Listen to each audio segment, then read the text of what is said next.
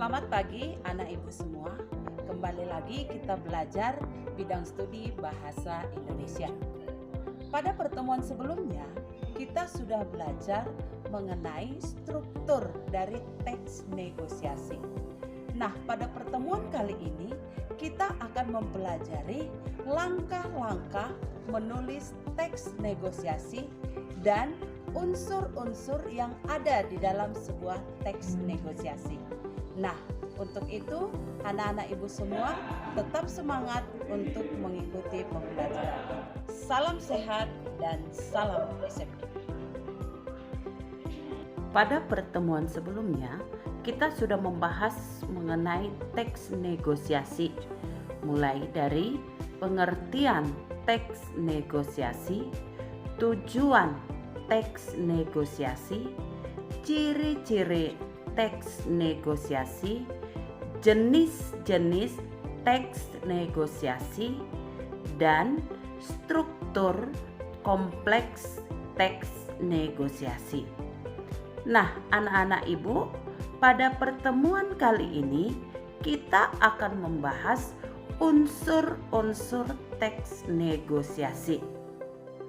Unsur-unsur teks negosiasi yang biasanya digunakan diantaranya yaitu 1. Partisipan.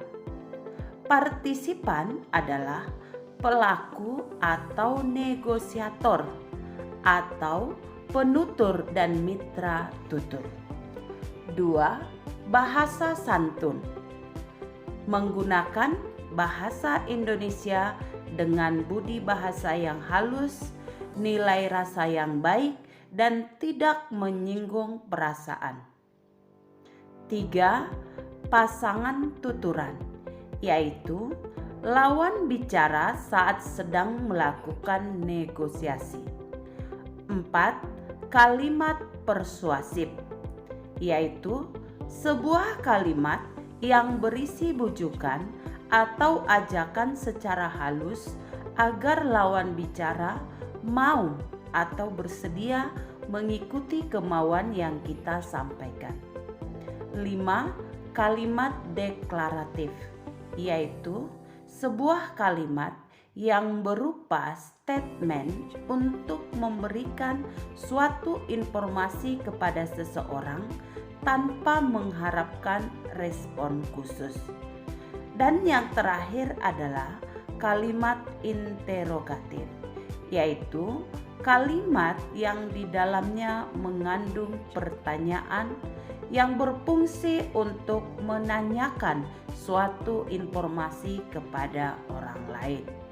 Nah, anak-anak ibu, inilah yang dikatakan dengan unsur-unsur teks negosiasi.